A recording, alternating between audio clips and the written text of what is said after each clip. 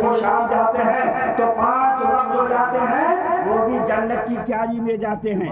کہ اللہ کے نبی صلی اللہ علیہ وسلم کی حدیث ہے ہیا حیرت الذکر، جہاں اللہ اس کے رسول کا ذکر ہو وہ مسجد ہے. اور یہ مساجد کا بھی لفظ آیا ہے کہ مسجد بھی جنت کے باغوں میں سے ایک باغ ہے، جنت کے ٹکڑوں میں سے ایک ٹکڑا ہے. تو کتنے خوش ہم اور نصیب ہیں ہم اور تاکہ سے نمک کے طور پر کہ میلاد شریف کی محفل میں بیٹھے جنت میں بیٹھے ہے نا، اور مسجد میں جائیں جنت میں بیٹھے. تھوڑی سی دعوت اللہ نے کے لیے توفیق دیا ہے، خانہ کعبہ گئے ہوں گے تو اللہ تعالیٰ نے فرمایا خانہ کعبہ کو دیکھیے، کعبہ کو دیکھ چکے، کعبے کا کعبہ دیکھتے، مدینہ منورہ چلے تو وہاں بھی لہٰذ جنت میں بیٹھ جائیے. تو جب لہٰذ جنت میں وہاں بیٹھے، میدان میں بیٹھے لہٰذ جنت میں، مسجد میں گئے لہٰذ جنت میں، مدینہ گئے لہٰذ جنت میں. تو بتاؤ حدیث نعمت جب اتنے جنت میں بیٹھیں گے تو انشاءاللہ الرحمن کل محشر کے میدان میں اللہ تعالیٰ آپ کو جنت میں داخل ہوگا. واہ واہ واہ بے شک. اچھا ایک بات اور، ایک بہت لمبی چوڑی حدیث ہے، میں اپنے موضوع سے بھاگا نہیں، آ جاؤں گا اس موضوع پر. ہاں ویسے تو برابر سنتے ہی رہتے ہیں، اور یہ بھی ہے اس میں چمک میں آ جائے گی دمک میں. ہم نے ایک لمبی چوڑی حدیث چاہے دیکھنے والا لگا کہ بھائی عباد الرحمان صاحب کے دروازے پر بہت کم لوگ ہیں، لیکن کم ہے اسی میں دم، اور دم کے ساتھ ساتھ اس لیے دم کہا یار انسانوں کی جماعت کم ہے لیکن فرشتوں کا تاتا لگا ہوا ہے. بے شک حق ہے.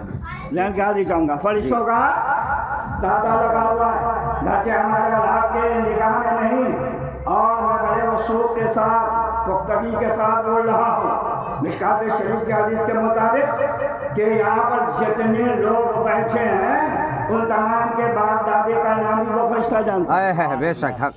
ایک نقطہ لے لیجیے، جب وہ فرشتہ ہمارے باپ دادے کا نام جانتا ہے تو اللہ کی پوری طاقت سے جب فرشتے یہ جانتے ہیں تو میرے نبی کو نہیں جانیں گے. اس لیے تو میرے اعلیٰ حضرت نے کہا دونوں نبی کے سننے والے وہ کان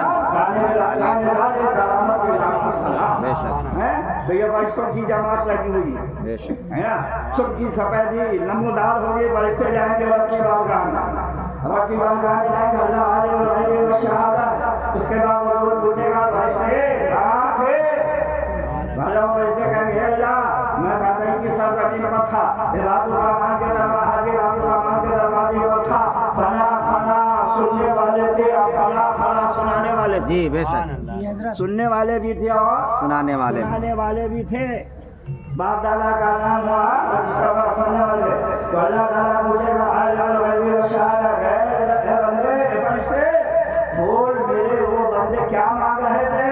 اللہ تعالیٰ فرشتے ارشاد فرماتے ہیں حالانکہ اللہ تعالیٰ جانتا ہے. اللہ ذہن میں ایک بات اور آ گئی. آج بہت سارے لوگ کہتے ہیں محمد عربی صلی اللہ علیہ وسلم اگر علم غیب جانتے تو پوچھتے کیوں؟ اللہ عالم الغیب و شہادہ ہے نا. 16 پارے میں اللہ پوچھا حضرت موسیٰ وماتی کا میرا بیٹا یا موسیٰ قال یا صاحب علاوہ قوالیہ وحسولیہ یا قنمی ولی اپنے کا مالک اکھر.